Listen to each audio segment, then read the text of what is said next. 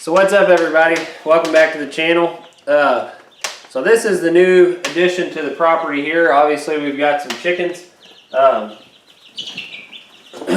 This is what I have been working on for the last couple of weeks. I've had some technical issues with my computer, so I haven't uploaded anything. I have still been shooting and editing down some video, but this was what I kind of wanted to work on tonight, was to just bring you up to speed with where I was at with putting their coop together. I've been kind of on pause with the tractor.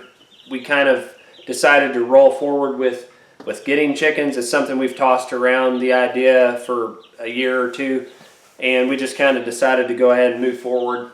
But everything else has been kind of on pause that I've been working on so I could get this done and get them acclimated and out into the coop, and we didn't want it to get any later in the year. So like I said, we appreciate you stopping by. I'm going to edit down some of this footage, bring you up to speed with where I'm at. When I get completely done with the coop and everything's finished and painted, and I get some of the, I guess, self-sufficient things set up on the coop, like the water system and some other stuff, I'm going to do a full walkthrough on the coop, how I built it the way that I did and why, so that you can kind of see that.